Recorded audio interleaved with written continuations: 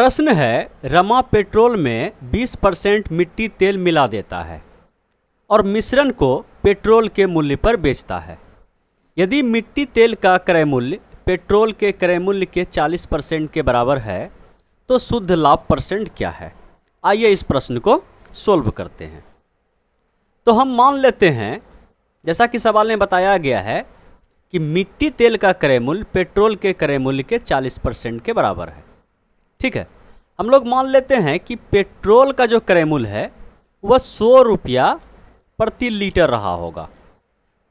तो मिट्टी तेल का क्रय मूल्य कितना होगा? बोलिए, पेट्रोल के क्रय मूल्य के 40%, मतलब इसका 40% तो 40 रुपया प्रति लीटर मिट्टी तेल का मूल्य रहा होगा।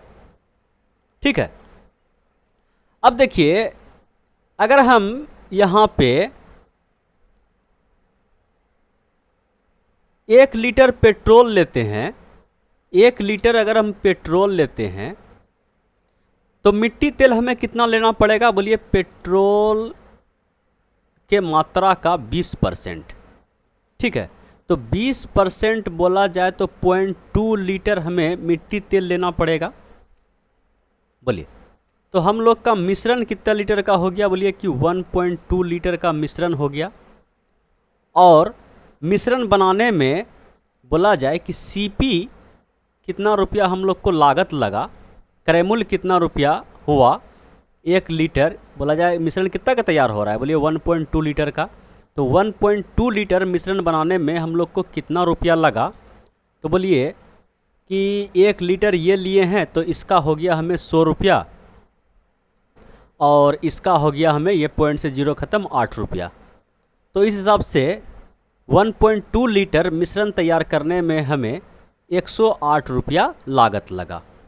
लेकिन जहाँ तक बात आ गया इसे बेचने का, तो हम लोग अगर हम इसको बेचेंगे तो किस रेट से बेचेंगे?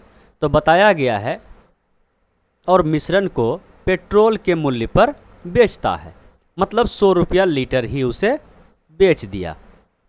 ठीक है, तो बोलिए कि 1.2 लीटर अगर हम बेचेंगे और 100 रुपया प्रति लीटर के दर से, तो हमें सेलिंग प्राइस कितना प्राप्त होगा? बोलिए कि 120 रुपया हमें सेलिंग प्राइस प्राप्त होगा।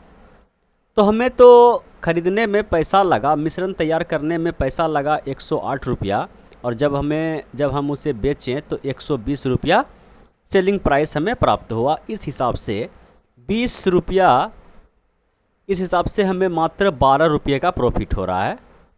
कितना पूंजी लगाने पर? 108 रुपया पूंजी लगाने पर। परसेंटेज अगर पूछा जाए तो 100 से तुलना कर दीजिए। लेकिन बरनमा अठोतल से 100/9, 100/9 तो 11.11% क्या हो गया? प्रॉफिट हो गया। यही था इस सवाल का सही जवाब। उम्मीद है आपको समझ में आ गया होगा। अंत तक वीडियो देखने के लिए धन्यवाद।